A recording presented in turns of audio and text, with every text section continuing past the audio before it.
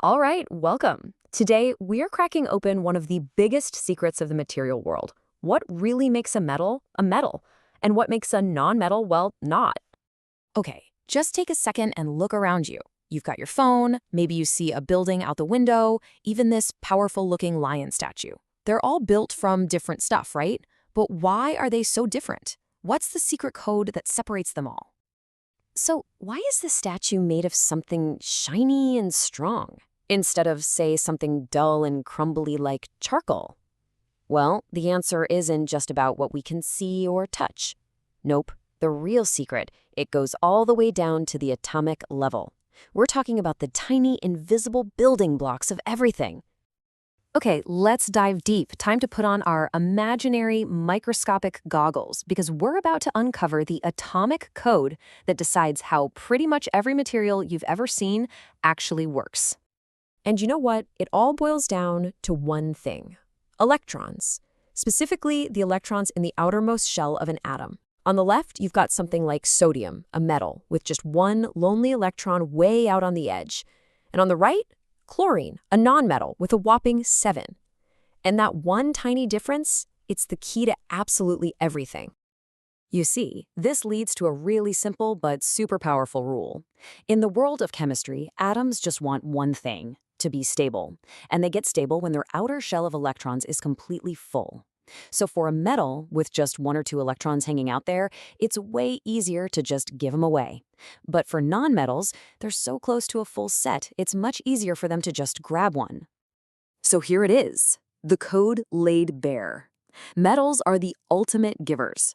They've got 1, 2, maybe 3 electrons in that outer shell they're happy to get rid of. And nonmetals? They're the takers. They've got 5, 6, or 7, and they are desperate to snatch 1 or 2 more to finally feel complete. So let's connect the dots here. This one tiny atomic difference, this whole giver versus taker thing, is what creates all the physical properties we can actually see and feel in the real world. It's wild. All right, first up, luster. You know, that shininess. Why do metals have that awesome gleam? Well, it comes right back to that giving nature. Because metals are so willing to share those outer electrons, they create this incredible free-flowing sea of electrons all around the atoms. And this sea, it's like a perfect mirror for light. It reflects it right back, and boom, that's the shine you see. Nonmetals, on the other hand, they cling to their electrons for dear life. So light just doesn't bounce off the same way. That's why they look dull. Okay, next property, malleability. What happens when you try to shape them or, hit them with a hammer? This is where that sea of electrons comes in clutch again. For metals, the sea acts like a lubricant, letting the atoms slide right past each other without breaking apart. That's why you can hammer a metal into a thin sheet or pull it into a wire. It's malleable. Now, try that with a nonmetal like sulfur. No way. The bonds are super rigid. You hit it, and the whole thing just shatters. It's brittle. All right, now for a really big one. Conductivity. What happens when we try to send some electricity or heat through these materials? Guess what? That same magical sea of loose electrons that makes metals shiny has another superpower. It makes them incredible conductors. I mean, think about it. Those electrons are free to move around, so they can easily carry an electrical charge from one end to the other. It's literally why all our wiring is made of copper. Nonmetals, their electrons are all locked up, which makes them terrible conductors, or as we call them, insulators. Okay, what about heat? This difference in atomic bonds also totally changes how much heat they can take before they melt. And the difference is just staggering. To break those strong metallic bonds, you need a ton of energy. Just look at iron. It won't melt until you get it over 1500 degrees Celsius. Now compare that to a nonmetal like sulfur. It melts at just 115 degrees, not even close. So we've laid out some pretty clear rules here, right? Givers versus takers, shiny versus dull. But, like any good rule in science, the most fascinating parts are often the exceptions. And these aren't just weird quirks. They are super useful. So let's meet the rebels of the periodic table. First, you've got Mercury. It's a metal, but it's a liquid at room temperature. Weird. Then there's bromine, a nonmetal that's also a liquid.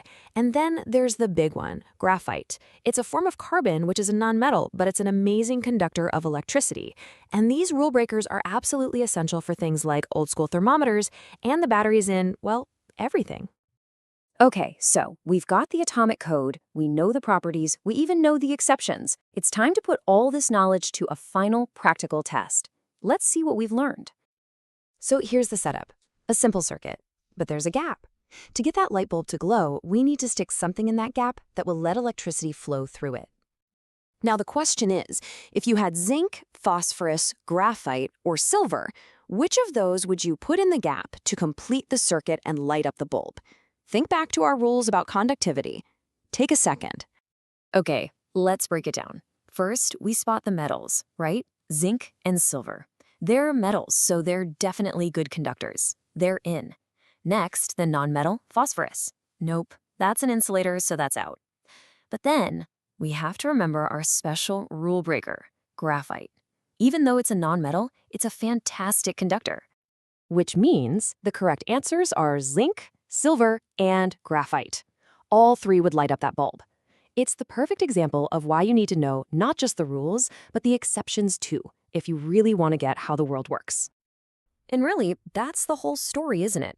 From this tiny atomic structure comes the entire world that we build around us. It's just a fantastic reminder that the biggest, most important differences in our world often come from the smallest, most invisible details. So what other atomic rules are out there defining the world all around you? Because honestly, getting this fundamental split between metals and nonmetals, that's the first real step to understanding all of chemistry and the materials that literally shape our lives. Thanks so much for diving in with us today.